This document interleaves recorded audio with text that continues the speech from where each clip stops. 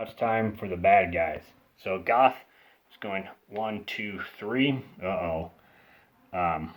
What's his head? Actually, just to give the full amount, so Ghastly Grinner, 1, 2, 3, 4, 5, 6. Uh-oh. So Ghastly Grinner is going to try to attack, and just so I don't forget, Creature Darkness is only 1, 2. So Ghastly Grinner, it will try to attack the Jock here.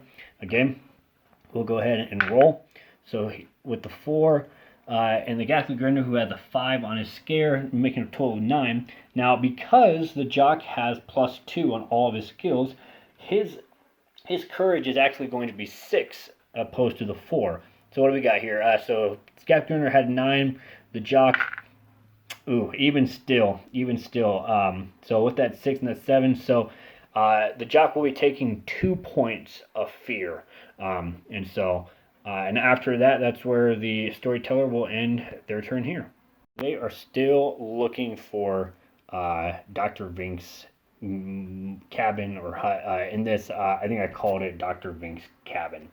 And so they are keep going. So the nerd, 1, 2, 3, 4, 5, exactly what he needs. Okay, and so Zeebo's Funhouse, which kind of a fun fact, I know it's technically called Laughing in the Dark, but I just wanted to make sure that it was very obvious for some reason if I was playing this with someone who didn't know they were the same thing. So I did change up the names just a little bit in this case here, but I am aware it is called Laughing in the Dark. And so kind of like anything else, they will draw a card. Again, summon a monster. Let's see what he gets. Oh, speaking of, there he is, Zeebo. And so he will be on the board here now, and let's go ahead and find him.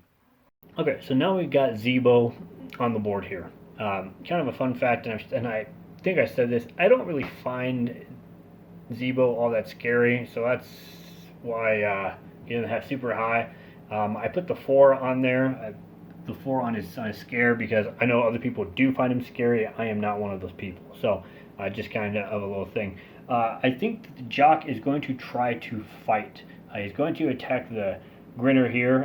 Again, due to an earlier card, he does have a +2 to all of his skills. So he's going to roll this die. What does he get? He has the punch or kick. So he's just going to do a basic punch or kick on this guy. So because he has a 3, and then due to the +2, so 3 plus 8, we're looking at 11. While the Grinner has a 4 on defense.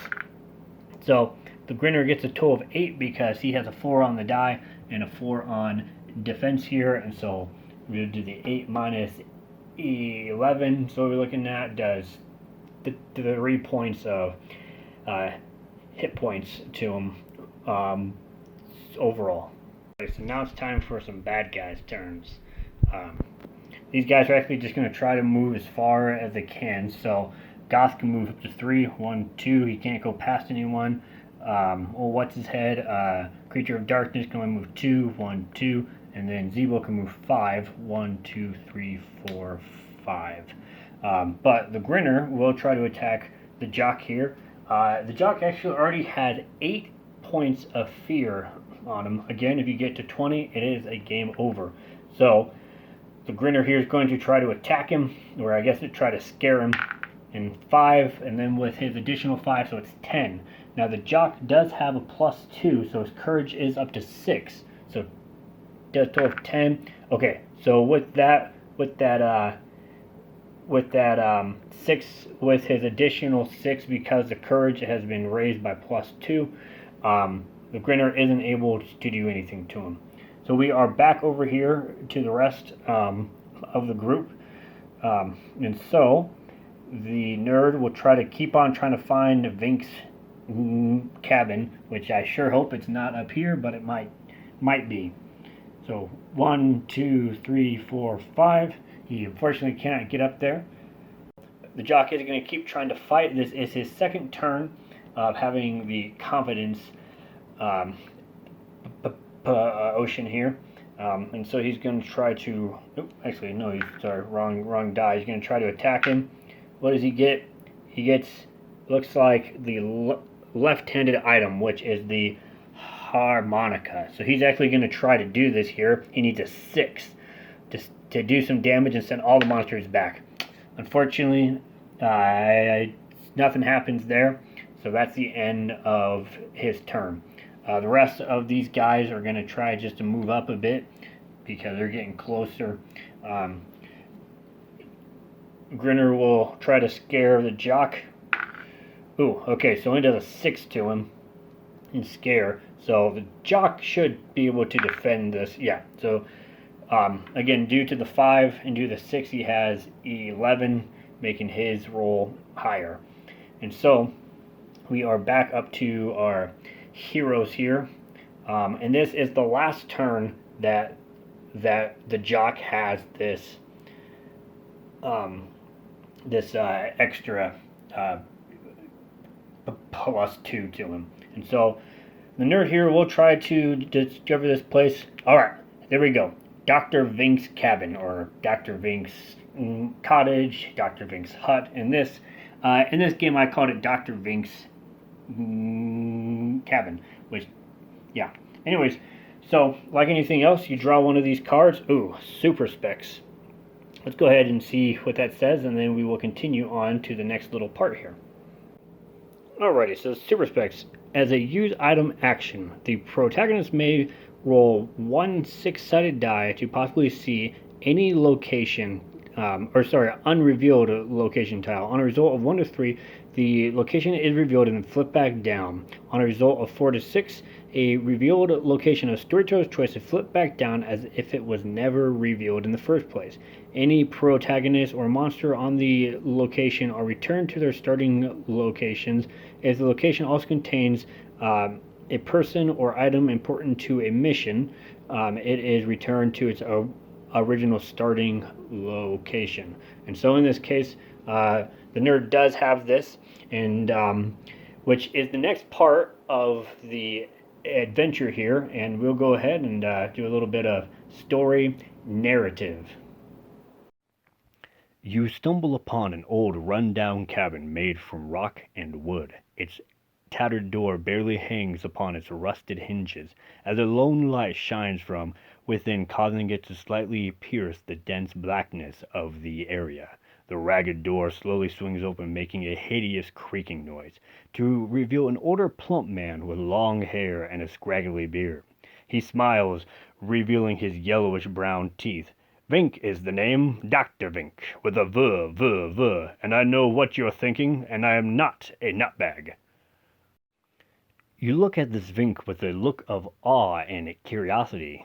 You were thinking he was a nutbag, but you fear he might be able to read your mind. You try to speak, but he quickly interrupts you. No, I can't read your mind, but please, come in. He guides you into his cabin, where the interior of the shack is covered in twisting and winding test tubes. Jars filled with all sorts of humanoid parts line the shelves. Finally, you see it, a hand in a jar. Dr. Vinks turns to you and asks, "What brings you all the way out here to my little cabin?" You muster up the courage and point to the hand. "Ah, so Flynn wants his hand back. Very well. I will give it to you for a price." Vink's eyes begin to widen, and a look of glee covers his face. "First, a little test. A riddle, if you will. What's weightless, can be seen by the naked eye, and if put in a barrel, will make it lighter." And in case anyone was wondering, that is the actual riddle from the show. So those who actually have seen the show probably know what the answer is. Those who don't, there are alternatives to look for. You tell Dr. Vink the answer to the riddle. "Ah, so you're not as stupid as you look," he says with a mocking giggle. "Very well. I will give you back the hand for a trade. Bring me the nose of Zebo, the fangs of Nosferatu, and the blue saliva of the ghastly Grinner. Once I have these little souvenirs, I will surrender the hand." Dr. Vink begins laughing like a crazed lunatic and pushes you out of the door. That being said, again, there are artistic liberties in this. This isn't exactly how it happens in this episode by any means whatsoever. Just that it's inspired deeply from the Phantom Cab episode. The riddle that has been said here is the exact one from the show itself. So if you're a fan of the show, hey, you chances are you know what the answer is. If you're not a fan or don't really know it super well, then a character has a choice to go ahead and make a knowledge check to see to see where they can get the answer in the game itself. But before we do that, currently this is the Jock's last turn. He knows he's going to get a -2 on all of his stats, which will cause him to be 4, 2, 2, and then for his knowledge 0. So he's actually going to try to use the retreat action here. And so he needs to compete with the Grinner's speed, which their speed is going to be equal here. It's both 6 and 6. So, oops, that was not the roll I was looking for. So he's going to roll. Okay, so the Jock has a total of 6. Or, sorry, not 6. Jock has a total of 11 because it's 5 with the current 6 that he has. The Grinner.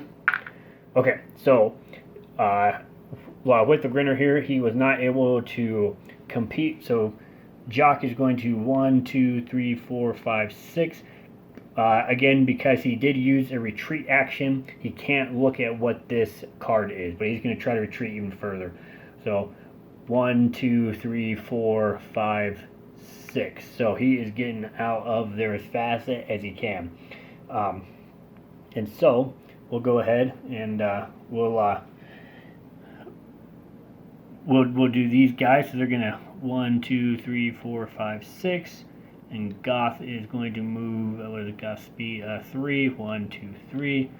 Zebo speed is 5, 1, 2, 3, 4, 5. Creature of Darkness, his speed is 2, 1, 2. So these guys are coming slowly but surely.